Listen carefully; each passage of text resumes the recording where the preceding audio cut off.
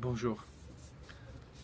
Aujourd'hui, j'avais envie de partager sur un sujet qui est peut-être pas nécessairement facile à développer. Le titre, cette énergie particulière, fait allusion à quelque chose, à un phénomène que je rencontre régulièrement avec certaines femmes.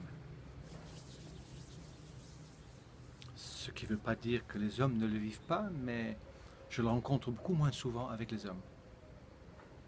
Peut-être justement parce que c'est une énergie bien particulière. Alors, par où commencer?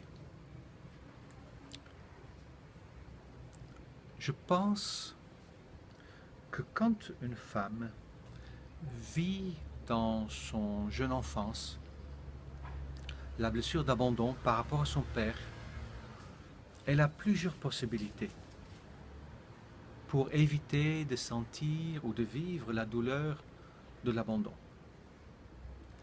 Ça se peut qu'elle devienne dépendante, très logique. Ça se peut qu'elle devienne antidépendante. Ça veut dire que, en fait, elle attire vers elle des dépendants, mais qu'elle n'en veut pas vraiment. Elle pense, mais qu'elle a besoin de quelqu'un qui a besoin d'elle. Ça se peut qu'elle devienne abandonnante, c'est-à-dire qu'elle va éviter de relations, c'est-à-dire qu'elle va commencer une relation, mais c'est elle qui quitte en premier pour ne pas souffrir. Ça se peut qu'elle devienne indispensable, comme un peu des thérapeutes et comme des enseignants et des personnes dans cette catégorie-là. Ça se peut qu'elle devienne victime pour qu'on s'occupe d'elle. Mais ça se peut aussi qu'elle va développer un autre masque que j'appelle le séducteur. C'est-à-dire que chez un petit enfant, l'énergie de vie et l'énergie sexuelle, à mon avis, sont encore très étroitement entremêlées. Bien sûr, c'est la même énergie, mais ce que je veux dire, c'est que la connotation sexuelle n'est pas dissociée de la connotation de l'énergie de vie.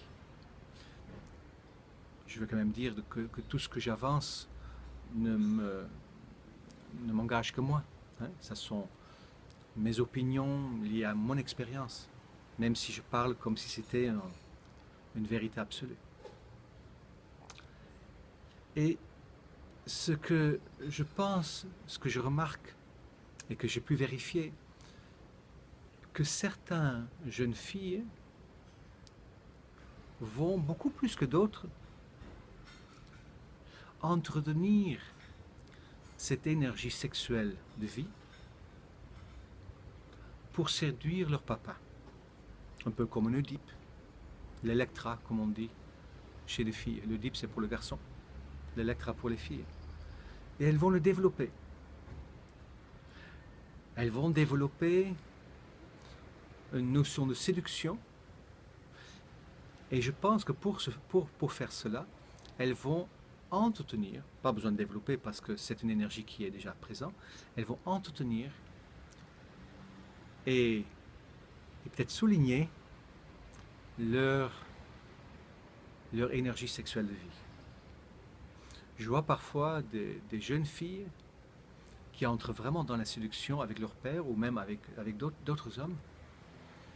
Et il n'y a bien sûr aucun jugement à avoir là-dedans. Ça demande au papa et à ces hommes qui ne sont pas le père mais qui sont sollicités d'être très très solides, d'être très clairs. Et ces jeunes femmes grandissent avec ça. Ce que j'ai remarqué, c'est que ces jeunes femmes-là, très souvent, leur père manque énormément. Ça ne veut pas dire qu'il n'est pas là, mais ça veut dire qu'il n'est pas là autant qu'elles aimeraient, autant qu'elles en auraient besoin. Parfois, il est carrément absent. Il y a peut-être aussi une forme de rivalité avec la mère par rapport au père, qui peut générer des conflits, bien évidemment, même déjà toute petite. Il se peut que la petite fille cherche à remplacer la mère. C'est logique, ça fait partie de l'électra. Et quand la fille va grandir, ce manque de père, plus ce renforcement de l'énergie sexuelle, qui va se manifester dans une espèce de appel, une espèce de demande qui n'est pas nécessairement conscient, pourrait chez certaines femmes provoquer des viols, des attouchements, des violences sexuelles. Parce que c'est comme si le père manquant crée une vide chez la fille, et que c'est comme si elle marche avec un écriteau sur son front qui dit « Aime-moi, papa ». Et il suffit qu'il y ait un étranger qui passe et qui sent cette énergie, cet appel, et qui l'interprète peut-être de manière malsaine, et qui en profite ou qui en abuse. Pourquoi viol? C'est très clair, parce que c'est pas consentant. Mais ce que j'ai remarqué, beaucoup de femmes, et peut-être d'hommes aussi, et je l'ai vécu moi-même aussi, ayant vécu une viol en tant que victime, bien sûr, en tant que jeune homme, mais beaucoup de femmes, beaucoup d'hommes vivent, malgré tout ça, le plaisir au-delà de la douleur du viol. Très culpabilisant. Parce que au-delà du fait qu'elle ne voulait pas ça, de manière consciente, ça remplit un manque énorme. C'est dur à dire ça, hein, je l'entends. Si vous avez vécu vous-même un viol et vous entendez dire mais bon, j'ai apprécié, ou même je suis créateur de ce viol parce que quelque part ça voudrait dire que j'ai attiré vers moi le violeur. Oui, dans le sens de l'unité, c'est un peu ça ce qui se passe. Ça ne veut pas dire que vous êtes coupable de votre propre viol. Non, ça veut dire dans la notion d'unité, il y a comment on appelle ça? Il n'y a que vous-même qui avancez dans votre cheminement et vous créez sur ce cheminement ce qui correspond à ce que vous êtes. Et si dans ce que vous êtes, il y a un manque et en même temps un appel, il est normal que vous allez attirer vers vous cela. Donc de côté, je rencontre souvent une culpabilité par rapport à un plaisir vécu, ça arrive régulièrement. Et de l'autre côté, cette notion aussi chez certaines femmes, comme elles n'ont pas appris à se laisser aimer, quelque part, subtilement, ce besoin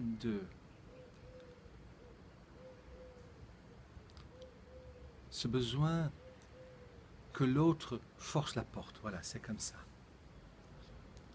C'est comme ça que je l'ai vécu aussi. Quand j'avais 27 ans, j'ai vécu un viol par une femme. Et comment on peut dire viol? J'étais baraqué et tout, j'étais très fort. Mais mon besoin d'amour, d'affection était plus grand que mon dégoût pour la femme, ou mon absence d'attirance. Et mon incapacité d'accueillir de l'affection était tellement petit que je sentais bien que pour m'atteindre, il fallait me forcer la main. Moi, en tant qu'individu, en tant que personne, j'ai passé 3 semaines dans la piscine parce que je me sentais sale, je me sentais pas bien, je me sentais vraiment violé. Mais aujourd'hui, avec le recul, je vois bien cette notion de cette notion subtile qui dit force la porte s'il te plaît, parce que j'ai besoin de l'affection et je ne sais pas le demander là où j'en ai vraiment besoin. Ça a l'air contradictoire et j'espère vraiment que vous comprenez ce que j'ai dit. Et je me rends bien compte aussi que même si j'ai vécu du plaisir, j'étais pas à l'aise avec ça parce que c'était pas cohérent. Comment tu peux vivre le plaisir quand tu vis un viol? Alors, donc ce qui arrive parfois, qu'une jeune femme grandit donc avec cette énergie bien particulière, mais c'est rare, je pense. La plupart des femmes rencontrent sur leur chemin quelque chose qui fait arrêter ça.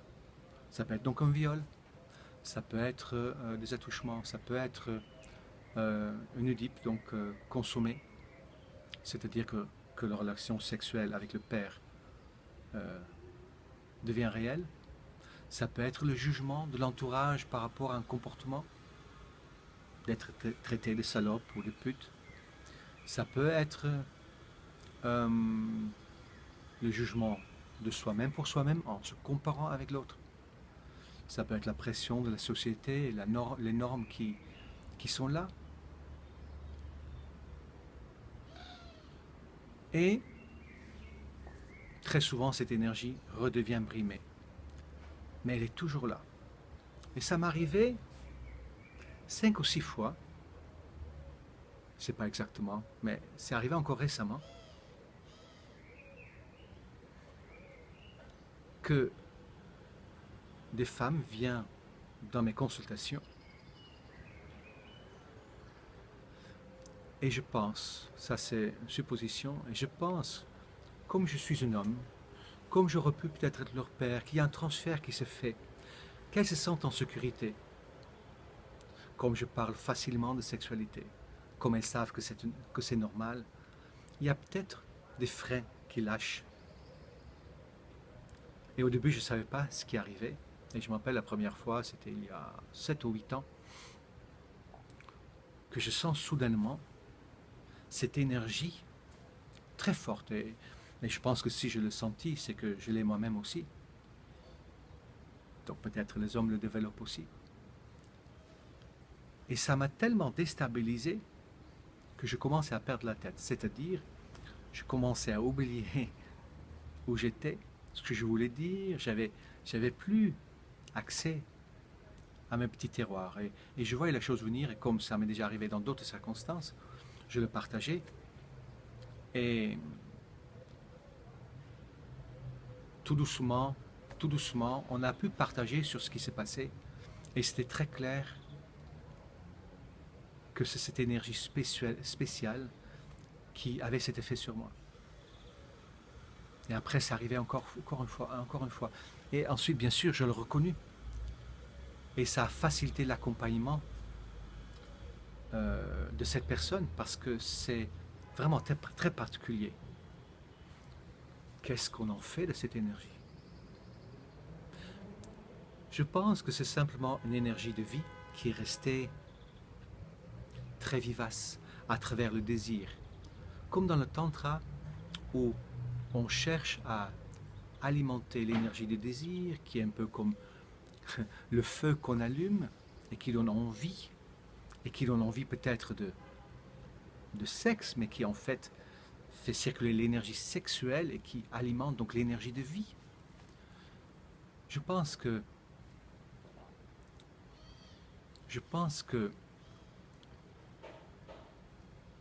cette énergie, elle a besoin de circuler librement.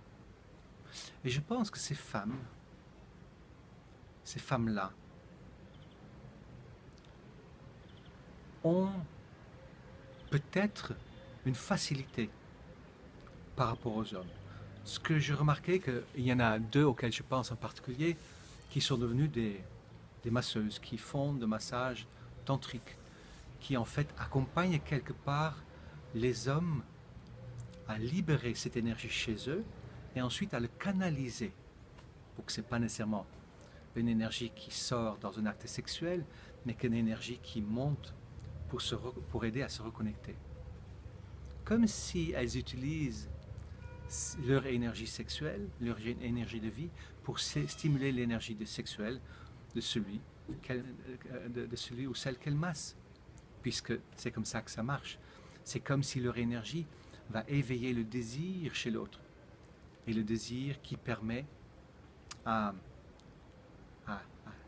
attisser, il me semble, le feu de la Kundalini pour qu'elle monte. Et quelque part, je dirais que ces femmes-là ont peut-être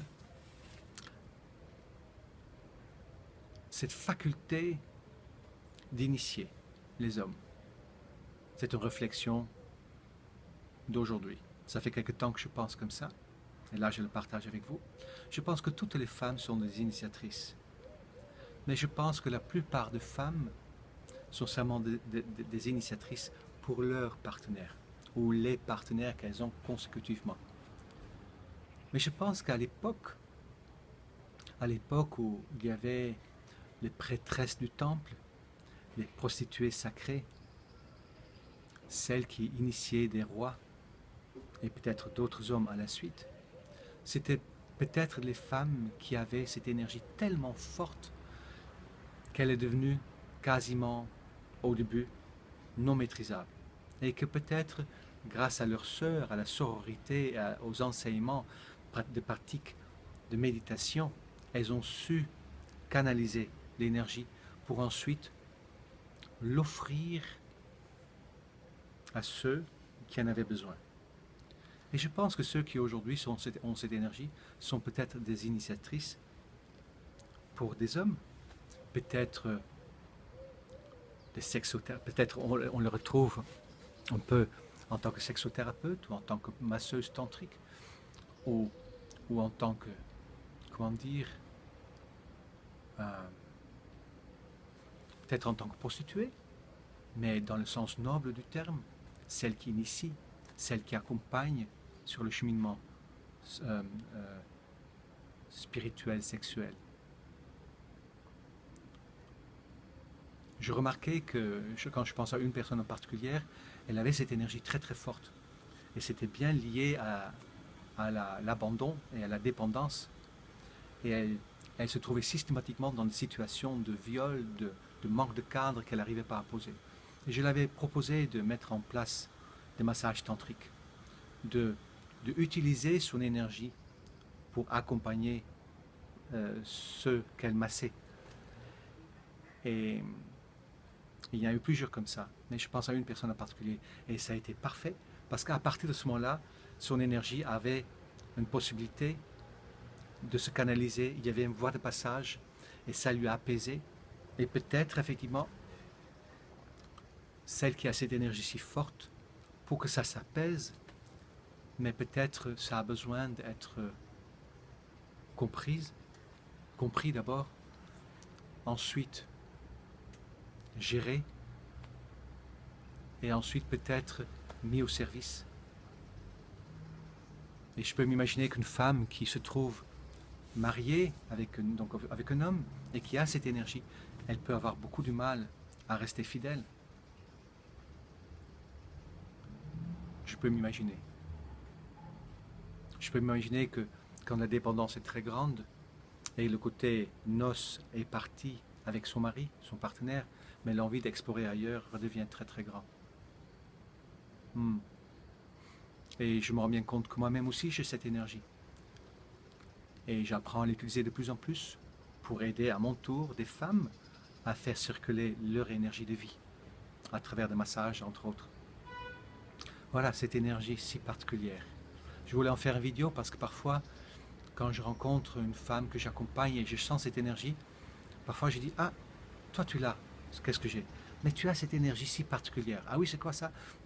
Et parfois, parce que c'est tout au début de l'accompagnement, je dis « C'est un peu tôt de parler de ça, je t'expliquerai plus tard. » Alors du coup, je peux leur envoyer une petite vidéo qui parle de ça.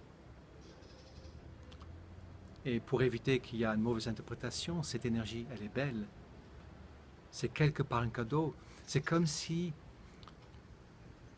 une compensation au départ a développé une aptitude.